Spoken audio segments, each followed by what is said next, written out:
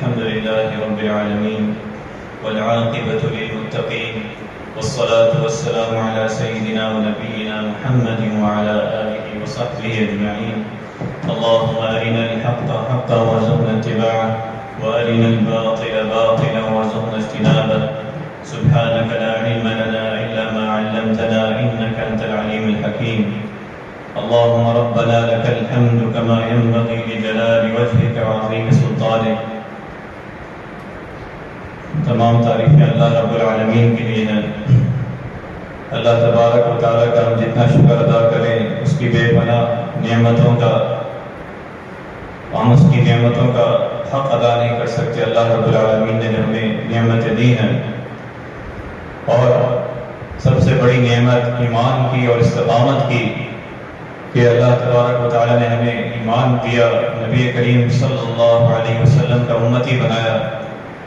اور اس کے بعد اعمال صالحہ میں استقامت کی. بہت بڑی اللہ رب العالمین کی رحمت ہے، بہت بڑی نعمت ہے کہ ہم نے رمضان المبارک کو پایا. ہم نے رمضان المبارک کے روزے رکھے، ہم نے تلاوت قرآن کی، ہم نے دعائیں کی، اللہ رب العالمین سے اپنا تعلق قریب کیا، اور اللہ تبارک و تعالیٰ کو جو مطلوب تھا اس ماہ مبارک سے اس کی ہم نے کچھ کوششیں کی. اللہ تبارک و تعالیٰ اسے اپنی بارگاہ میں قبول فرمائے. یقیناً یہ بہت بڑی سعادت کی، برکت کی، فضیلت کی بات ہے کہ ہم نے رمضان مبارک کے پورا مہینہ ہم نے پایا، اور صحابہ کرام اور ان کے بعد کے لوگ وہ اس ماہ مبارک کے لیے مہینوں اس کے انتظار میں رہتے اور اللہ رب العالمین سے اس ماہ مبارک کو پانے کی دعائیں و التجا کرتے کہ اللہ رب العالمین ہمیں یہ ماہ مبارک عطا فرما. اور یہ ماہ مبارک گزرنے کے بعد مہینوں وہ اللہ رب العالمین سے یہ دعا کرتے کہ اللہ تبارک و تعالی ہم نے جو اعمال کیے ہیں اسے اپنی بارگاہ میں قبول فرما. وہ اعمال خالصتاً اخلاص کے ساتھ آپ کی رضا کے لیے ہو، وہ روزوں کی صورت میں ہو، وہ نمازوں کی، نوافل کی، فرائض باجماعت ادائیگی ہو، تلاوت قرآن ہو، قرآن مجید کے فہم ہو، یا صدقہ خیرات ہو، مخلوق کی حقوق العباد ہو. جو بھی اعمال کیے اللہ تبارک و تعالیٰ اسے اپنی بارگاہ میں قبول فرما. کیونکہ اصل مقصود یہی ہے کہ اللہ تبارک و تعالیٰ توفیق بھی دے، استقامت بھی دے عبادت میں، اور پھر اللہ رب العالمین اسے اخلاص کے ساتھ، وہ عمل میں اخلاص ہو، ریاکاری نہ ہو، اور اسے اللہ تبارک و تعالیٰ اپنی بارگاہ میں قبول فرمائے. تبھی وہ عمل پھلتا ہے، پھولتا ہے، دنیا میں بھی اس کے ثمرات ہوتے ہیں، اور آخرت میں بھی اللہ رب العالمین کے ہاں اخلاص والے عمل کا جو ہے اس کی کوئی قیمت نہیں ہے جو اللہ تبارک و تعالیٰ کا. ابراہیم علیہ السلام نے خانہ کعبہ کی تعمیر کر رہے، ابراہیم علیہ السلام، اسماعیل علیہ السلام اللہ کے حکم سے اللہ کے نمائندے ہیں، اور ساتھ میں یہ دعا بھی کر رہے ہیں ربنا تقبل منا انک انت السمیع العلیم. اے ہمارے رب ہم سے یہ قبول فرما لے، بے شک تو سننے والا ہے، جاننے والا ہے. ہماری یہ کوشش اپنے گھر کی خدمت اپنی بارگاہ میں قبول فرما لے. تو یہی ہمیں طریقہ سکھایا کہ ہم اللہ رب العالمین کی جو عبادت بھی کریں، نماز پڑھیں، نماز کے بعد ہم ربنا تقبل منا انک انت السمیع العلیم. اللہ رب العالمین نے ہمیں توفیق دی، ہم نے کوشش کی، اللہ رب العالمین کی توفیق کے بعد اب وہی قبول فرما لے، وہی اس کا اجر اور بہترین صلہ عطا فرما لے. اللہ رب العالمین کو جو مطلوب ہے رمضان مبارک اور رمضان مبارک کے بعد، وہ ہے بندہ مومن کی پوری زندگی وہ استقامت کے ساتھ وہ صراط مستقیم پر گامزن رہے. یہ اللہ تبارک و تعالیٰ کا مطلوب ہے. رمضان مبارک جو ہر سال آتا ہے، اور اس کا مطلب یہ ہے کہ یہ ایسا مدرسہ ہے کہ انسان بندہ مومن وہ اپنے بقیہ مہینوں کی اس مہینے کے اندر اپنی تربیت کر لے، اپنے اعمال، اپنی دوریاں اللہ رب العالمین کے کس طرح وہ قریب کر لے، اپنی زندگی کو کس طرح وہ صحیح راستے پہ ڈال لے. ان عبادات کا اس مہینے کا یہ مقصد ہے اللہ رب العالمین نے جو ہمیں عطا فرمایا. ان الذین قالوا ربنا اللہ ثم استقاموا، فرمایا جن لوگوں نے کہا کہ ہمارا پروردگار اللہ ان کے پاس فرشتے آتے ہیں اور بشارت دیتے ہیں کہ نہ غمگین ہو، نہ فکر کرو، بلکہ بشارت دیتے ہیں دنیا کی زندگی میں بھی اور آخرت میں بھی اللہ رب العالمین کی تائید و نصرت، اس کی بشارتیں، اس کی رحمت۔ اور ان لوگوں کو جنہوں نے کہا کہ اللہ ہمارا رب ہے اور اس پر استقامت کی، اس پر جمے رہے، ثابت قدمی کی، پوری زندگی اس پہ اس کے بتائے ہوئے طریقوں کے مطابق اپنے اعمال کیے۔ حضرت ابو بکر صدیق رضی اللہ عنہ فرماتے ہیں اس آیت کی تلاوت میں کہ اس سے مراد کلمہ پڑھ کر کوئی بھی کبھی شرک نہ کرے، نہ کرنے والا ہو، اللہ رب العالمین سے اپنی تمام وابستگیاں رکھے۔ اور حضرت فاروق اعظم رضی اللہ عنہ فرماتے ہیں اس آیت کی تلاوت میں ان الذین قالوا ربنا اللہ، کہ واللہ یہ وہ لوگ ہیں جو اللہ کی اطاعت پر جم جائیں اور کسی جانور کی چال کی طرح کبھی ادھر اور کبھی ادھر نہ ہو، کہ رمضان مبارک میں تو عبادت کر لی، اس کے بعد نوافل سے دوری، اس کے بعد فرائض سے دوری اور فرائض با جماعت سے دوری، مسجدیں خالی ہیں، تلاوت قرآن سے دوری، بلکہ یہ مقصد نہیں ہے رمضان مبارک کا۔ رمضان مبارک کا اختتام کا اور عید کی خوشیوں کا یہ مقصد ہے کہ ہم جو ہر نماز میں دعا کرتے ہیں اہدنا الصراط المستقیم، کہ اللہ رب العالمین ہمیں صراط مستقیم دکھا دے، اس میں استقامت دے دے، اس میں ہمیں چلنے میں دشواریاں ہوں تو اللہ تبارک و تعالی ہماری تائید و نصرت فرما دے، استقامت دے دے، ہمیں اپنے نفس کے وسوسوں سے، نفس کے خواہشات سے اور شیطان کے وسوسوں سے اللہ تبارک و تعالی بچا لے، اپنے حفظ و امان میں ہمیں صراط مستقیم پر گامزن کروا دے، استقامت دے دے۔ تو یہ اللہ تبارک و تعالیٰ کو مطلوب ہے کہ وہ بندہ اپنی پوری زندگی جو ہے استقامت کے ساتھ اللہ تبارک و تعالیٰ کی رضا تلاش کرتے ہوئے گزارے۔ فرمایا ان الذین ادخلوا یا ایھا الذین آمنوا ادخلوا فی السلم کافۃ، کہ اے لوگوں جو ایمان لائے ہو پورے کے پورے دین اسلام میں داخل ہو جاؤ، پورے کے پورے سب دین اسلام میں داخل ہو جاؤ، اپنے پوری زندگی، اپنے پورے گھر والوں، اپنے تمام کنبے قبیلوں والوں، پوری زندگی جو ہے وہ دین اسلام پر، اس کی اطاعت و فرمانبرداری پر داخل ہو جاؤ، تبھی اصل کامیابی ہوگی، تبھی یہ رمضان مبارک جو ہمیں عطا ہوا اور اس کے اختتام میں اصل خوشی یہی ہوگی کہ جو نبی علیہ السلام نے فرمایا کہ جس نے رمضان مبارک کے روزے رکھے اور ایمان و احتساب کے ساتھ رکھے، اللہ رب العالمین اس کے گناہوں معاف فرما دے گا۔ جس نے قیام کیا، جس نے لیلۃ القدر ایمان و احتساب کے ساتھ پائی، تو اللہ رب العالمین اس کے پچھلے گناہوں کو معاف فرما دے گا۔ تو اصل خوشی، اصل مقصود یہ ہے کہ وہ بندہ رمضان مبارک کے بعد بھی اسی طرح اپنی زندگی گزارے، استقامت کے ساتھ، فرائض میں، تلاوت قرآن میں، اور حقوق اللہ کے بعد حقوق العباد بھی اسی طرح ادا کرے۔ وہ مسلمانوں کا خیر خواہ رہے، وہ اپنی زبان سے، جس طرح روزے میں اپنی زبان سے روزے کی حفاظت کرتا تھا اپنے ہاتھ اور زبان کے ذریعے، کہ فرمایا کہ اس کا روزہ نہیں جو گالی گلوچ دیتا ہے اور جو تکلیف دیتا ہے، تو وہ رمضان مبارک میں روزوں میں جب اپنے روزے کی حفاظت کرتا ہے تو پوری زندگی بھی کسی مسلمان کو اذیت نہ دے، کسی مسلمان کو تکلیف نہ دے، نہ ہاتھ سے نہ اپنی زبان سے۔ فرمایا آپ علیہ السلام نے کہ مسلمان کو گالی دینا نافرمانی اور گناہ ہے اور اس کو قتل کرنا کفر ہے۔ فرمایا المسلم من سلم المسلمون من لسانه ويده، کہ مسلمان وہ ہے جس کی زبان سے، اس کے ہاتھ سے دوسرے مسلمان محفوظ رہیں۔ اور فرمایا لا يؤمن احدكم حتى يحب لاخيه ما يحب لنفسه، کہ مومن کامل اس وقت تک نہیں وہ درجہ پا سکتا کہ جب تک وہ اپنے مسلمان بھائی کے لیے وہی پسند کرے جو اپنے لیے پسند کرتا ہے، وہ اپنے لیے جو پسند کرتا ہے وہ اپنے مسلمان بھائی کے لیے بھی وہی پسند کرے، نہ اسے برے القابات سے پکارے، نہ اسے بری گالیاں دے، نہ اس کا نام بگاڑے،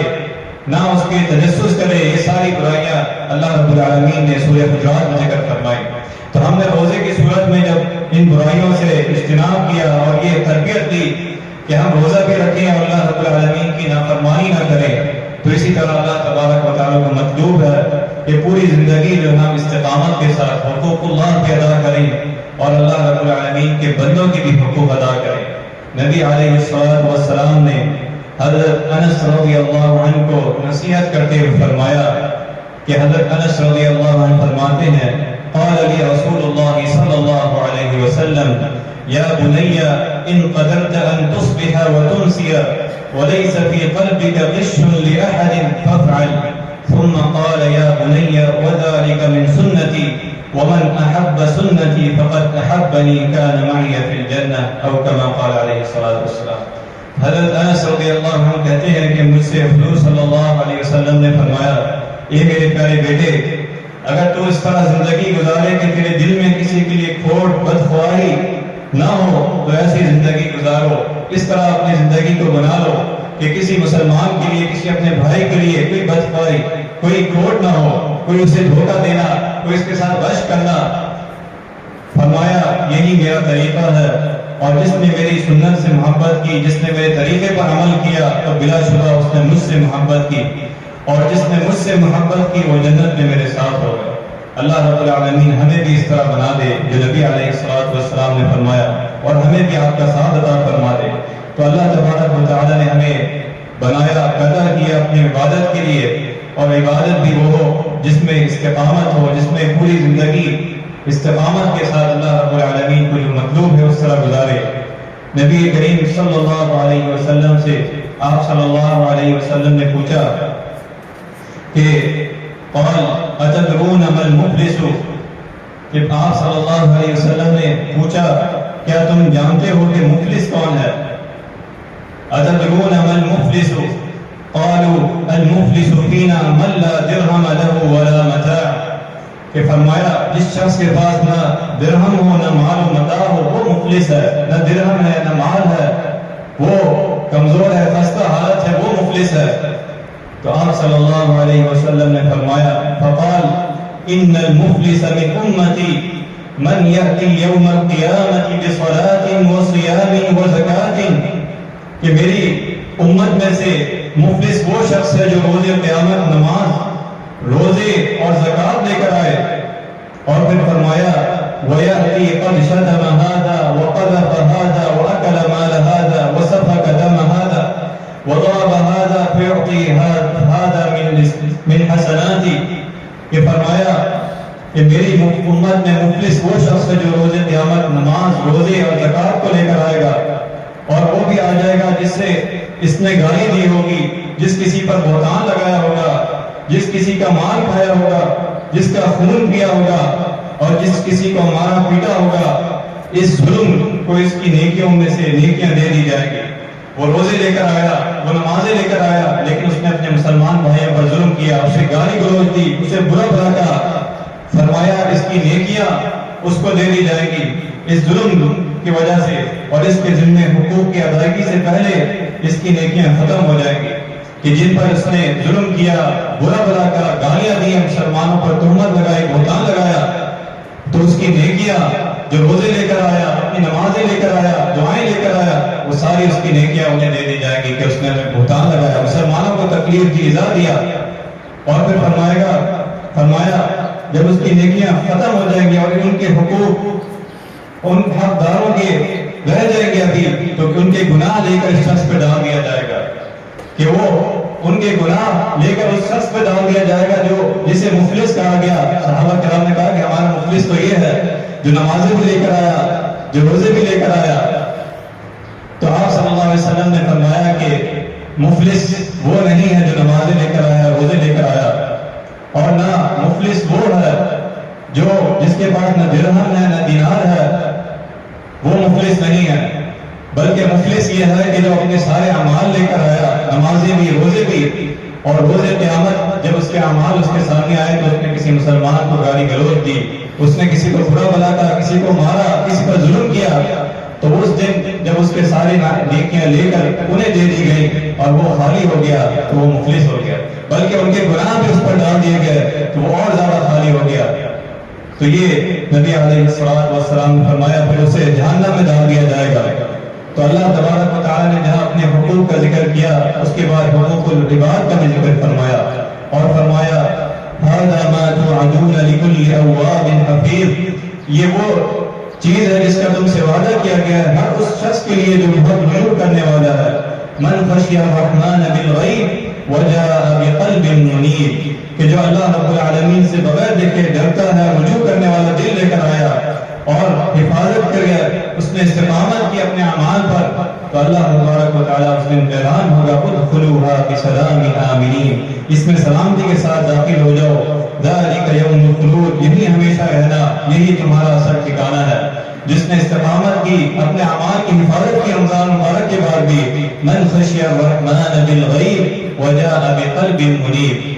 جو اپنے اللہ رب العالمین سے ڈرتے ہوئے جس طرح رمضان مبارک گزارا، پوری زندگی اس طرح گزارا استقامت کے ساتھ، اسے حکم ہوگا ادخلوها بسلام آمنین۔ فرمایا جو قلب سلیم لے کر آیا وہ کامیاب ہو گیا، الا من اتى اللہ بقلب سلیم۔